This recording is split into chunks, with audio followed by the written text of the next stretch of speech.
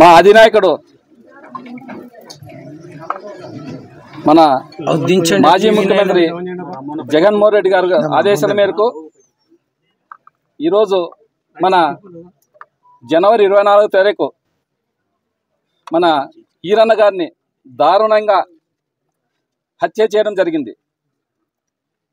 దానికి మా జగన్ సార్ గారు ఈ కుటుంబాన్ని ఆదుకోవాలా అనే విధంగా, వాళ్ళని ఓదార్చాలనే విధంగా మా జగన్మోహన్ రెడ్డి గారు డేట్ ఫిక్స్ చేసినాడు.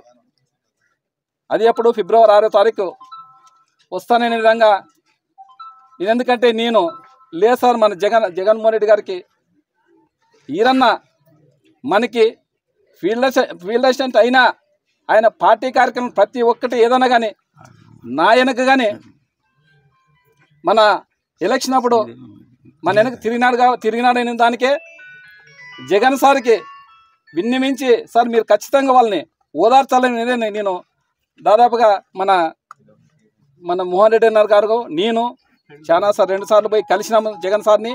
ఖచ్చితంగా ఆయన వస్తానని డేట్ ఫిక్స్ అయిన తర్వాత ఈ కూటమి ప్రభుత్వం అన్యాయంగా జగన్మోహన్ రెడ్డి గారు వస్తే మేము ఆడ డ్యామేజ్ అవుతామనే విధంగా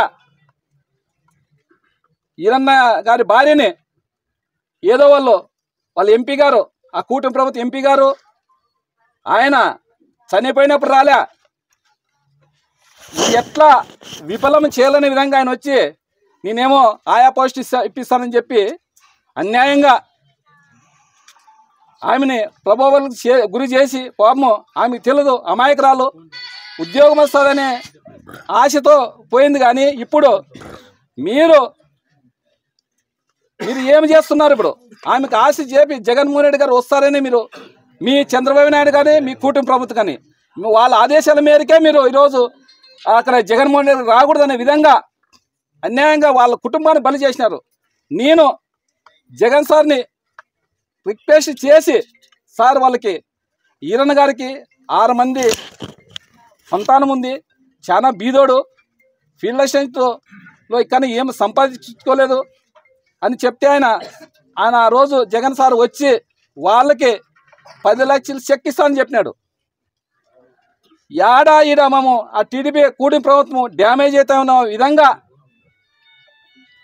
అన్యాయంగా ఆమెని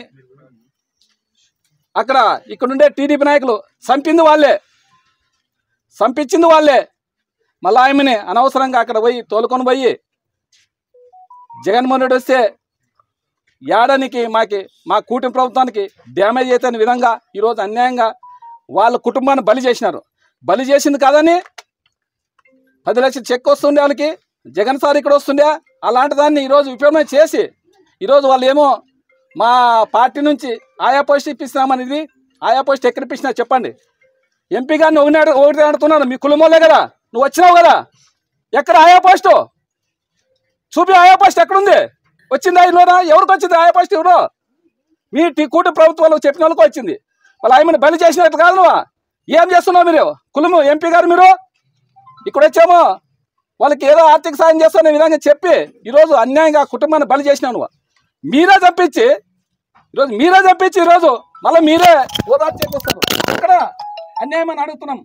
అన్యాయంగా ఈరోజు ఆ కుటుంబానికి మళ్ళా జగన్ సార్ను మేము అడిగి, లేదు సార్ మనకి చాలా ముఖ్యమైన వాళ్ళు అనే విధంగా చెప్పి ఆయన వచ్చింటే 10 లక్షలకు చెక్ ఇచ్చేవాడు. అలాంటిది ఈరోజు ఏదో రాలేదనే విధంగా 5 లక్షలు చెక్కు ఆ జగన్ సార్ గారు ఇచ్చినారు.